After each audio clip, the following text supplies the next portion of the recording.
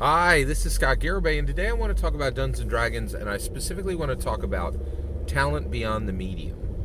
So let me define that term.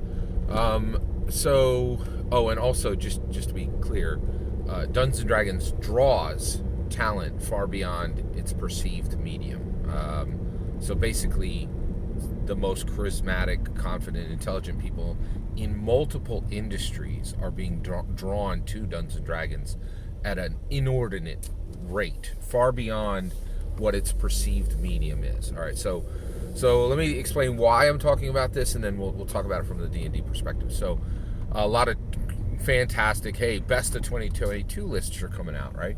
So I'm a huge comic book fan, and I was listening to a very good list of the best standalone comic book graphic novels of 2022. And basically the comic book commentator was listing these great standalone graphic novels, and they didn't have to be published in 2022. By the way, I have some content for the best brand new tabletop role playing games that came out in 2022 that's coming up. So I'm partaking in the best of 2022 for different industries, and I'm creating my own lists for the best of 2022. So I got that coming up for you, and so basically it was really interesting. He listed David Ross' Kingdom Come, which I've read. So it's a DC classic, comic book graphic novel. And it's standalone. You don't have to read anything else to understand it. It's a contained story. So that's exciting. Like I'm like, oh yeah, I get it, right? I understand, why you would bring this forward. And he talked about David Ross. Now, if you don't know, David Ross is a painter, right? And he's famous in comic books for painting the pages of comic books where other people just draw them, and then they get an inker, and then they get a colorist, right?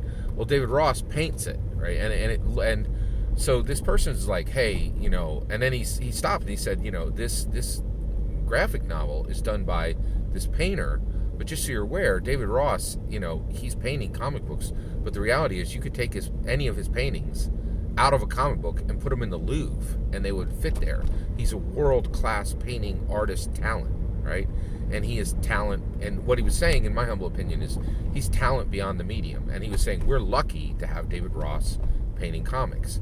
And what I'm telling you is Dungeons and Dragons is an element of Americana, and in my humble opinion, it's a human improvement engine that is drawing it has talent beyond its perceived medium. I don't think its perceived medium is a game, right?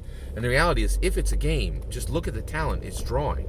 It is drawing huge numbers of massive talent from every industry in the world. Big pharma, big finance, big tech, big energy, just name any force of nature in capitalism, in American capitalism today, and then take, the top 10% of the talent in those groups, the people, and they're all, in my humble, with very few exceptions, going to have historically played Dungeons and Dragons, or they're going to be actively playing Dungeons and Dragons. So Dungeons and Dragons, more than any creative experience happening right now in America, Dungeons and Dragons has talent beyond its perceived medium, massively.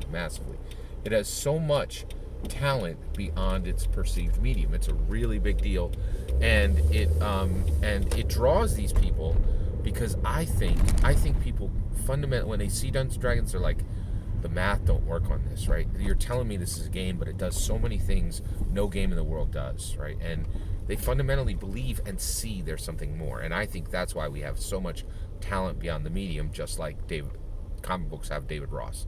That's my humble opinion. I'm ready to hear yours. Let me know in the comments below. Please consider liking and subscribing, and have a wonderful millennium.